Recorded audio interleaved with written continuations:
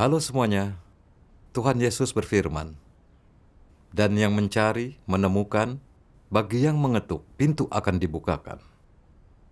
Dia berkata, jika kita berupaya mendengar suara Tuhan, kita akan menyambut Tuhan.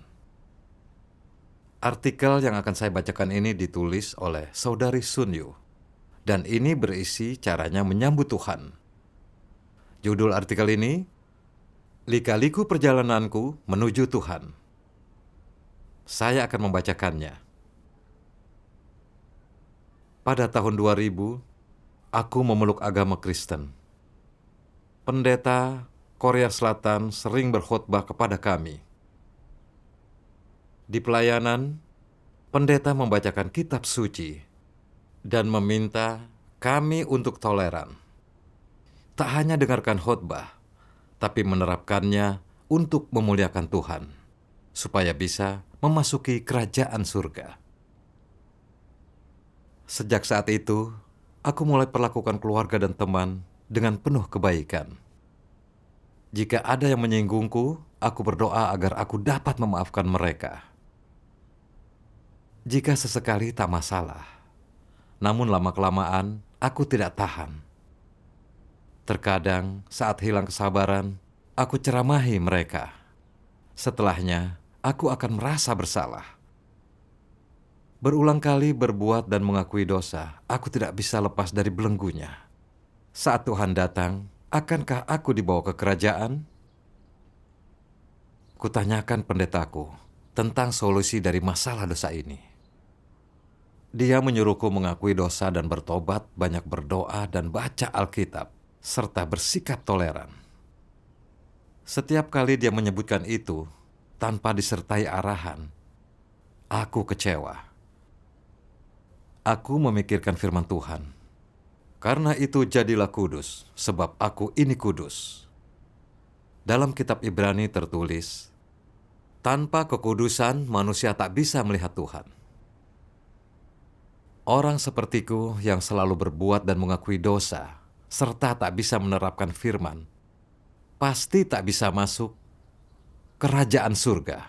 Setiap hari aku menderita. Kemudian, aku menyadari gereja dipenuhi pertikaian internal. Saling sikut berebut podium. Di tengah pelayanan, seorang pengkhotbah melempar Alkitab pengkhotbah senior dan memaksanya untuk pergi. Bahkan ada yang menjalankan bisnis di gereja. Aku mengingat firman Tuhan Yesus. Sebab tertulis demikian, rumahku akan disebut rumah doa. Tapi kau menjadikannya sarang pencuri. Gereja seperti itu tak bisa memiliki pekerjaan Roh Kudus. Itu adalah sarang pencuri. Kurasa mustahil memperoleh bekal dari pelayanan itu, dan masalah dosaku tak akan bisa teratasi. Aku mencari gereja dengan pekerjaan Roh Kudus. Kakakku mengajakku ke beberapa gereja lain, tapi semuanya dalam keadaan yang sama. Saat aku tanyakan cara lepas dari dosa, tak ada yang bisa tunjukkan jalannya. Mereka bilang, Tuhan Yesus telah mengampuni kita semua.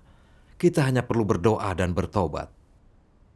Jawaban itu membuatku merasa hampa. Aku tak ingin ikut pelayanan lagi. Suatu hari, aku mendapat pemikiran. Mungkin Tuhan tak bekerja di gereja sekitar sini. Saat pendeta Korea berkunjung, mereka tampak saleh datang ke Tiongkok untuk menggembala gereja-gereja. Iman mereka sangat kuat. Apakah Tuhan bekerja di gereja-gereja Korea? Aku akan cari gereja dengan pekerjaan Roh Kudus di sana. Tahun 2007, aku dan kakak perempuanku mengajak keluarga kami ke Korea. Kakakku memperkenalkan satu gereja yang sering dihadiri banyak orang Tionghoa. Anggota gereja membantu orang Tionghoa mencari kerja, jadi kami dapat mencari nafkah. Anggota di gereja itu sangat mengasihi, jadi aku menghadiri pelayanan di sana. Mungkin mereka punya pekerjaan Roh Kudus. Saat pelayanan, pendeta bilang, "Di perjalanan ke Tiongkok, kudengar Tuhan telah kembali. Dia bekerja di Tiongkok dan dikenal sebagai Tuhan yang Maha Kuasa. Namun Tiongkok negara tertinggal, penduduknya tak beradab. Tuhan sangat baik. Bagaimana bisa dia muncul dan bekerja di sana?" Banyak orang menyebarkan khotbah kilat dari timur. Jangan didengarkan. Dengan tingkat pertumbuhan kecil, begitu terlibat, kau tak akan bisa keluar.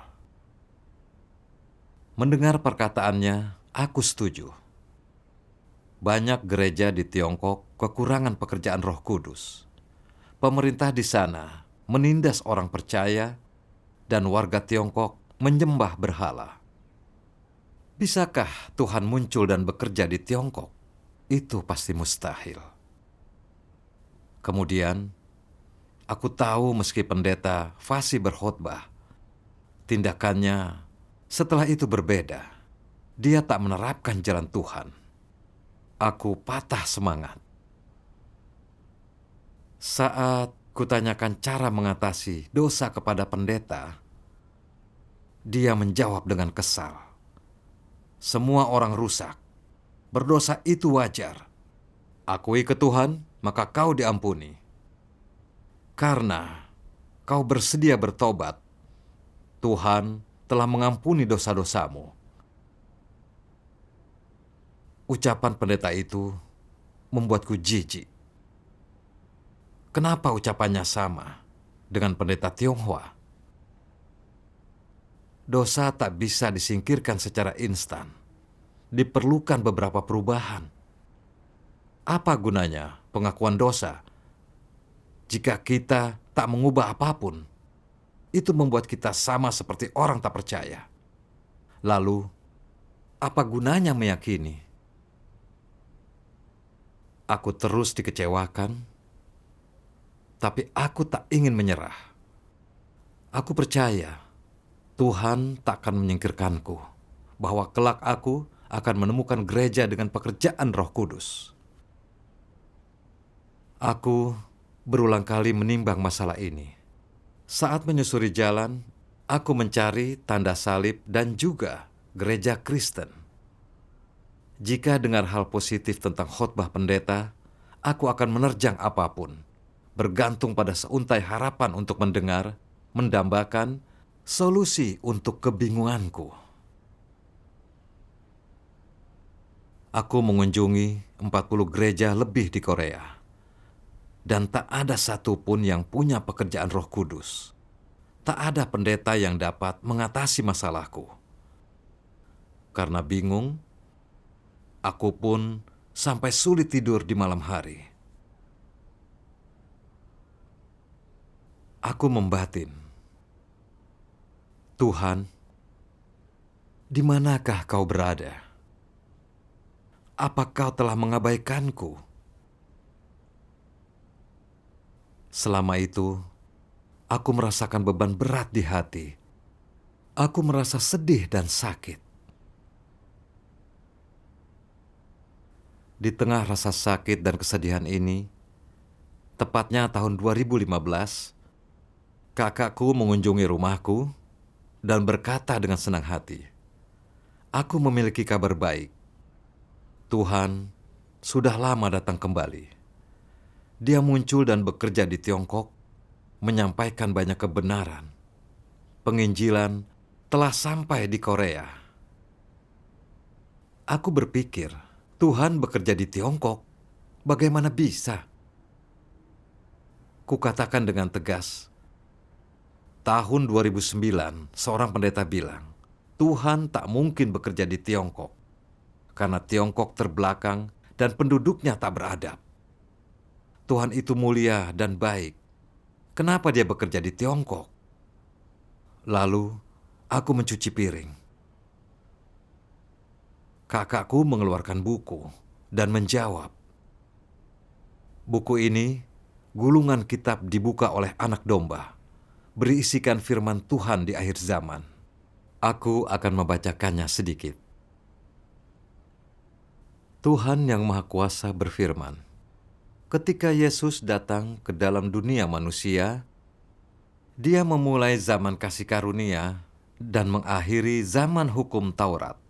Selama akhir zaman, Tuhan sekali lagi menjadi daging, dan dengan inkarnasi ini Dia mengakhiri zaman kasih karunia dan memulai zaman kerajaan. Semua orang yang dapat menerima inkarnasi Tuhan yang kedua akan dibawa ke dalam zaman kerajaan dan selanjutnya akan bisa menerima bimbingan Tuhan secara pribadi. Meskipun Yesus melakukan banyak pekerjaan di antara manusia, Dia hanya menyelesaikan penebusan seluruh umat manusia dan menjadi korban penghapus dosa manusia. Dia tidak membebaskan manusia dari wataknya yang rusak. Menyelamatkan manusia sepenuhnya dari pengaruh iblis tidak hanya membuat Yesus harus menjadi korban penghapus dosa dan menanggung dosa manusia, tetapi juga membuat Tuhan harus melakukan pekerjaan yang jauh lebih besar untuk membebaskan manusia sepenuhnya dari wataknya yang telah dirusak oleh iblis. Jadi, sekarang setelah manusia diampuni dari dosa-dosanya, Tuhan telah datang kembali menjadi daging untuk membawa manusia memasuki zaman yang baru dan memulai pekerjaan hajaran dan penghakiman. Pekerjaan ini telah membawa manusia ke dalam alam yang lebih tinggi. Semua orang yang tunduk di bawah kekuasaannya akan menikmati kebenaran yang lebih tinggi dan menerima berkat yang lebih besar. Mereka akan benar-benar hidup dalam terang, dan mereka akan mendapatkan jalan, kebenaran, dan hidup. Jika orang tetap tinggal dalam zaman kasih karunia, mereka tidak akan pernah terbebas dari watak mereka yang rusak, apalagi mengenal watak dasar Tuhan. Jika orang selalu hidup di tengah kelimpahan kasih karunia, tetapi tidak memiliki jalan hidup yang membuat mereka dapat mengenal dan memuaskan Dia, mereka tidak akan pernah benar-benar mendapatkan Dia dalam kepercayaan mereka kepadanya. Jenis kepercayaan ini sungguh menyedihkan. Setelah engkau selesai membaca buku ini, ketika engkau telah mengalami setiap langkah pekerjaan Tuhan yang berinkarnasi pada zaman kerajaan, engkau akan merasa bahwa kerinduan yang telah kau miliki selama bertahun-tahun akhirnya telah terwujud. Engkau akan merasa bahwa baru sekaranglah engkau benar-benar melihat Tuhan berhadapan muka. Baru sekaranglah engkau menatap wajahnya, mendengar perkataan pribadinya, menghargai hikmat pekerjaannya, dan benar-benar merasakan betapa nyata dan maha kuasanya Dia. Engkau akan merasa bahwa engkau telah mendapatkan banyak hal yang belum pernah dilihat atau dimiliki orang-orang di masa lampau. Pada saat ini, engkau akan dengan jelas memahami apa arti percaya kepada Tuhan dan apa arti sesuai dengan kehendak Tuhan. Tentu saja, jika engkau berpegang teguh pada pandangan masa lalu dan menolak atau menyangkal fakta inkarnasi Tuhan yang kedua, engkau akan tetap bertangan kosong dan tidak mendapat apapun, dan pada akhirnya engkau akan dinyatakan bersalah karena menentang Tuhan. Mereka yang menaati kebenaran dan tunduk pada pekerjaan Tuhan akan diakui di bawah nama Tuhan yang berinkarnasi kedua kalinya, yang Maha Kuasa. Mereka akan dapat menerima tuntunan pribadi Tuhan, mendapatkan kebenaran yang lebih banyak dan lebih tinggi, serta kehidupan sejati. Mereka akan mendapat penglihatan yang belum pernah dilihat sebelumnya oleh orang-orang di masa lampau. Kemudian aku berbalik untuk melihat suara yang berbicara denganku. Dan ketika berpaling, aku melihat 7 kaki dian dari emas. Dan di tengah-tengah kaki dian itu, ada seseorang yang menyerupai anak manusia, berpakaian jubah sampai ke kaki dan mengenakan ikat pinggang dari emas. Kepala dan rambutnya seputih bulu domba, putih seperti salju, dan matanya seperti nyala api, dan kakinya seperti tembaga mengkilap, seakan-akan membara dalam perapian, dan suaranya bagaikan gemuruh air bah. Dan di tangan kanannya ada 7 bintang. Dan dari mulutnya keluar sebilah pedang tajam bermata 2, dan wajahnya bercahaya bagaikan matahari yang bersinar dengan terik. Penglihatan ini merupakan pengungkapan seluruh watak Tuhan, dan pengungkapan seluruh wataknya juga merupakan pengungkapan pekerjaan Tuhan dalam inkarnasinya saat ini. Saat mendengarnya, aku terkejut. Firman itu mengungkapkan misteri di dalam Wahyu. Isinya sangat berwibawa. Tak mungkin berasal dari manusia. Aku mengingat otoritas yang dibicarakan Tuhan Yesus saat dia bekerja, dan berpikir, apakah semua itu memang perkataan Tuhan? Semangatku meningkat, dan aku mulai menyimak. Terutama saat kakakku membacakan nubuat dari Wahyu. Aku berpikir, ramalan itu tak bisa ditafsirkan sembarang orang. Kitab Wahyu mengungkapkan, lihatlah, singa dari suku Yehuda, tunas Daud, telah menang untuk membuka kitab itu dan untuk melepaskan ketujuh materainya. Hanya anak domba, hanya Tuhan yang dapat menyingkap misteri ini.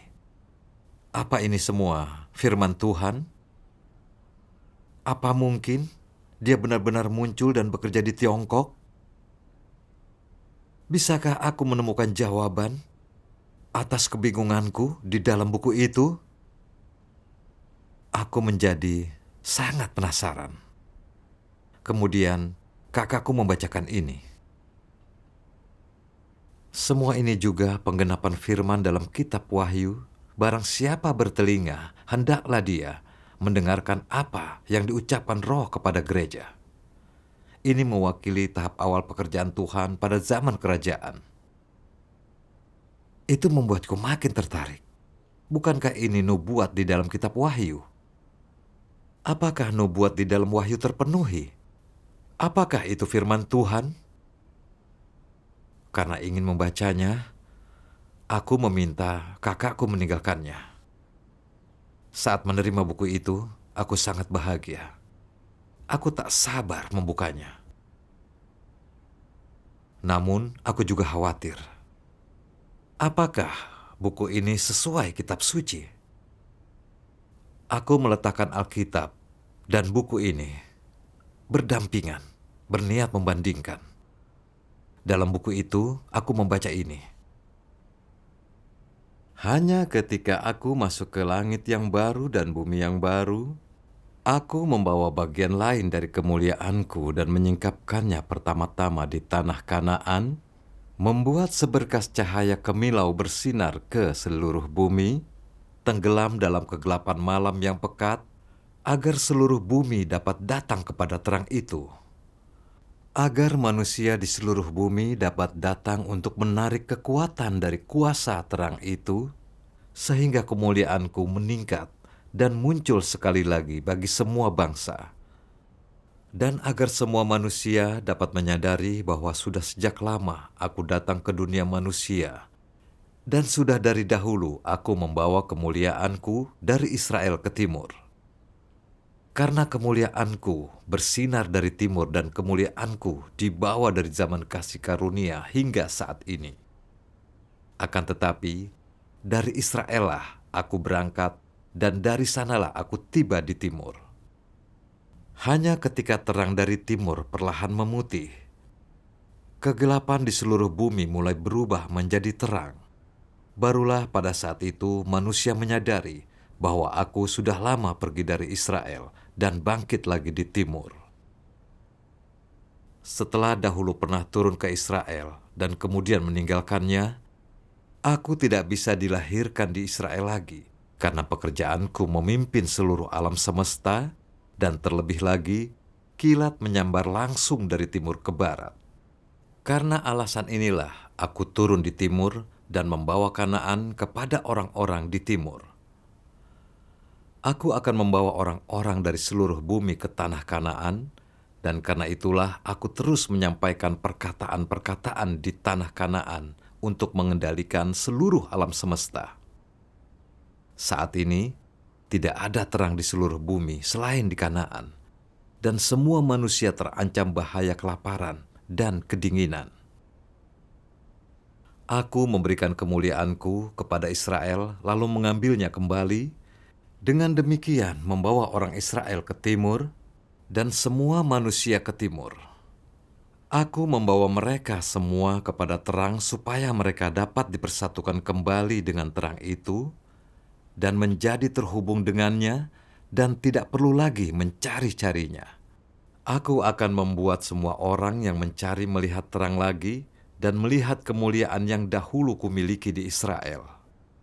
Aku akan membuat mereka melihat bahwa aku sudah lama datang di atas awan putih ke tengah-tengah umat manusia, membuat mereka melihat awan putih yang tak terhitung jumlahnya, dan buah dalam gugusan-gugusan yang melimpah, dan terlebih lagi membuat mereka terlihat Yahweh, Tuhan Israel. Aku akan membuat mereka memandang kepada guru atas kaum Yahudi, Mesias yang dirindukan, dan penampakanku yang sepenuhnya, yaitu aku yang telah dianiaya oleh raja-raja di sepanjang masa. Aku akan bekerja atas seluruh alam semesta dan aku akan melakukan pekerjaan yang hebat, menyatakan seluruh kemuliaanku dan semua perbuatanku kepada manusia di akhir zaman.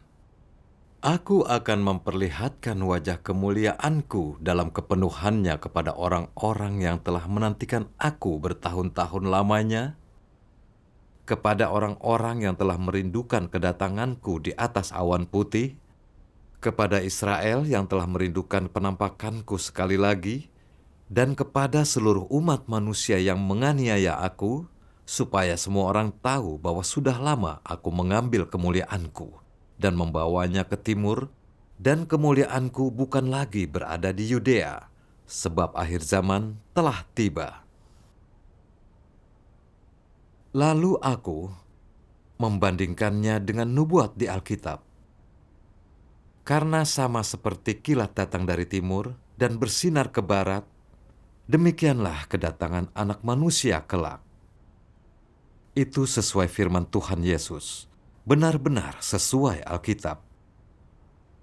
Hanya Tuhan yang dapat membongkar misteri ini. Perkataan ini menarikku. Aku semakin ingin membacanya. Aku merasa di dalam buku ini terdapat jawaban atas kebingungan di hatiku. Lalu aku baca kutipan lainnya. Tuhan yang Maha Kuasa berfirman, "Karena kita sedang mencari jejak langkah Tuhan, sudah seharusnya kita mencari kehendak Tuhan, firman Tuhan, dan perkataan Tuhan, karena dimanapun ada firman baru yang diucapkan Tuhan, suara Tuhan ada di sana, dan dimanapun ada jejak langkah Tuhan, perbuatan Tuhan ada di sana. Dimanapun ada pengungkapan Tuhan, di sanalah Tuhan menampakkan diri, dan dimanapun Tuhan menampakkan diri, di sanalah jalan, kebenaran, dan hidup ada." Dalam mencari jejak langkah Tuhan, engkau semua telah mengabaikan firman yang mengatakan bahwa Tuhan adalah jalan, kebenaran, dan hidup. Itulah sebabnya banyak orang, bahkan pada saat mereka menerima kebenaran, tidak percaya bahwa mereka telah menemukan jejak langkah Tuhan, apalagi mengakui penampakan Tuhan. Sungguh kesalahan yang sangat fatal. Penampakan Tuhan tidak dapat diselaraskan dengan gagasan manusia, terlebih lagi Tuhan tidak dapat menampakkan diri atas permintaan manusia. Tuhan membuat pilihan-pilihannya sendiri dan rencana-rencananya sendiri saat Dia melakukan pekerjaannya. Lagi pula, Dia memiliki tujuan-tujuan dan caranya sendiri. Apapun pekerjaan yang dilakukannya, dia tidak perlu membahasnya dengan manusia atau meminta nasihat manusia, apalagi memberitahu setiap orang mengenai pekerjaannya. Inilah watak Tuhan yang harus, terlebih lagi, dikenali oleh semua orang. Jika engkau ingin menyaksikan penampakan Tuhan, ingin mengikuti jejak langkah Tuhan, maka engkau harus terlebih dahulu meninggalkan gagasanmu sendiri. Engkau tidak boleh menuntut Tuhan melakukan ini atau itu, apalagi menempatkannya dalam batas-batasmu sendiri dan membatasinya dengan gagasanmu sendiri. Sebaliknya, engkau seharusnya menuntut dirimu sendiri tentang bagaimana engkau harus mencari jejak langkah Tuhan, bagaimana engkau harus menerima penampakan Tuhan, dan bagaimana engkau harus tunduk pada pekerjaan baru Tuhan. Inilah yang seharusnya manusia lakukan. Karena manusia bukanlah kebenaran dan tidak memiliki kebenaran, manusia harus mencari, menerima, dan taat. Aku baca ini 2 kali berturut-turut. Aku berpikir bahwa dimanapun suara Tuhan berada, di sanalah langkahnya berada. Di sanalah Tuhan muncul. Apakah itu benar-benar firman Tuhan? Hanya Tuhan yang bisa menyatakan hal semacam itu. Itulah yang mereka baca di gereja Tuhan yang Maha Kuasa. Jadi, mungkin Tuhan sedang bekerja di gereja itu. Aku sangat senang dan melanjutkan membaca. Lalu, aku temukan kutipan ini. Tuhan yang Maha Kuasa berfirman, "Sekarang ini, Tuhan telah datang kembali ke dunia untuk melakukan pekerjaannya." Perhentian pertamanya adalah contoh pemerintahan yang diktator. Tiongkok, benteng ateisme yang kokoh. Tuhan telah mendapatkan sekelompok orang melalui hikmat dan kuasanya. Selama periode ini, dia telah diburu oleh partai yang berkuasa di Tiongkok dengan segala cara dan dihadapkan pada penderitaan besar, tanpa tempat untuk meletakkan kepalanya dan tanpa tempat untuk berteduh. Meskipun demikian, Tuhan masih terus melanjutkan pekerjaan yang ingin dilakukannya. Dia memperdengarkan suaranya dan mengabarkan Injil. Tak seorang pun yang mampu menyelami kemahakuasaan Tuhan. Di Tiongkok, negara yang menganggap Tuhan sebagai musuh, Tuhan tak pernah berhenti bekerja. Sebaliknya, semakin banyak orang telah menerima pekerjaan dan firman-Nya karena Tuhan menyelamatkan setiap umat manusia semaksimal mungkin. Namun saat baca bagian ini, sekarang Tuhan telah datang kembali ke dunia untuk melakukan pekerjaannya. Perhentian pertamanya adalah contoh dari pemerintahan yang diktator, Tiongkok. Aku langsung berhenti membaca. Aku merasa kecewa. Mataku terpaku pada kalimat itu dan berpikir, Tuhan di Tiongkok? Bagaimana bisa? Sebaiknya aku tak membacanya. Bagaimana jika aku tersesat? Namun kupikir, firman ini terdengar seperti suara Tuhan. Jika aku tak memeriksanya, dan ternyata Tuhan memang sudah kembali, aku akan kehilangan kesempatan. Aku merasa bimbang dan terus berpikir, kenapa Tuhan muncul dan bekerja di Tiongkok? Aku bandingkan dengan Alkitab dan membaca firman Tuhan Yesus. Karena sama seperti kilat datang dari timur dan bersinar ke barat, demikianlah kedatangan Anak Manusia kelak. Apakah kata timur merujuk pada Tiongkok? Namun Tiongkok terbelakang dan ateisme mendominasi negara itu. Bisakah Tuhan muncul dan bekerja di Tiongkok? Buku ini sangat jelas membenarkan hal tersebut. Namun aku tetap ragu. Haruskah aku melanjutkan atau menyerah? Lalu aku ingat perjuanganku dalam pencarian selama bertahun-tahun. Selama ada secercah harapan, aku tak boleh menyerah. Akhirnya, aku ke gereja Tuhan yang Maha Kuasa untuk menyelidiki. Bagaimana penyelidikan Sun Yu di gereja Tuhan yang Maha Kuasa? Akankah kebingungannya bisa teratasi? Temukan jawabannya di bagian 2.